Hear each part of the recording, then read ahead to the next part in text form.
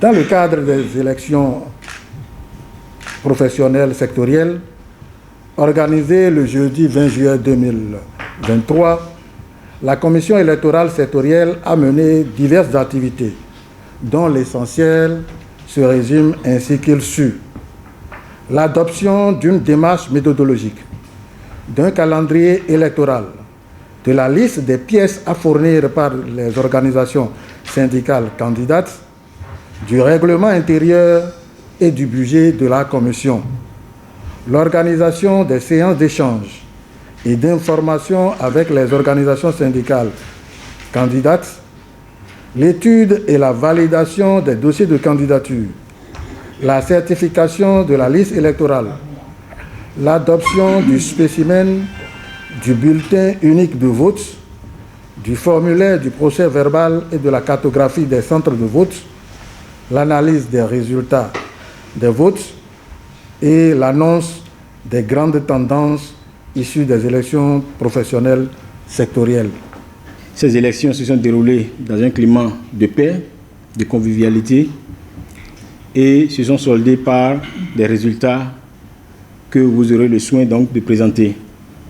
En attendant la prise d'un arrêté par le ministre du Travail et de la Fonction publique pour consacrer les résultats définitifs, l'honneur me revient de proclamer les résultats provisoires issus de ces élections professionnelles du 20 juillet 2023.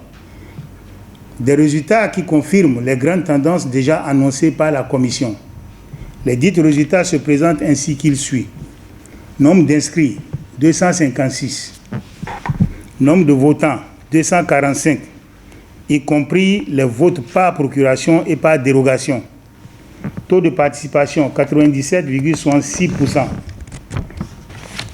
Taux de dépouillement, 100%. Suffrage exprimé, 245.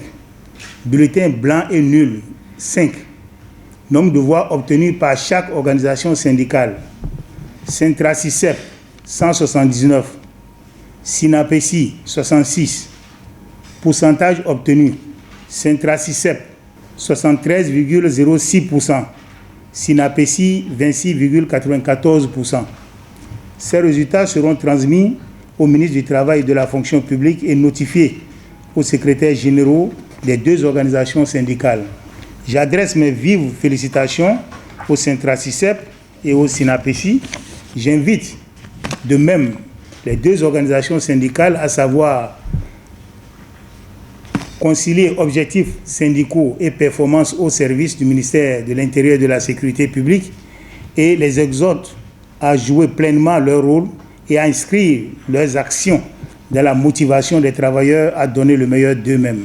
Le ministère de l'Intérieur et de la Sécurité publique fait partie des premiers ministères à organiser cette élection. Je pense que c'est d'abord à votre actif.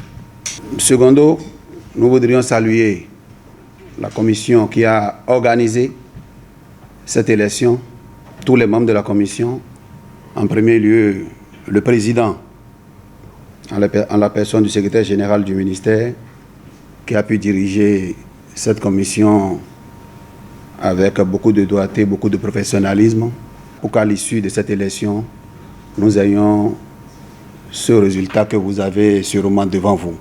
Un sincère merci à notre ministre de tutelle pour l'effort consenti afin que ces élections professionnelles sectorielles se déroulent dans les conditions que nous avons constatées. C'était un coup d'essai, mais c'était un coup de maître.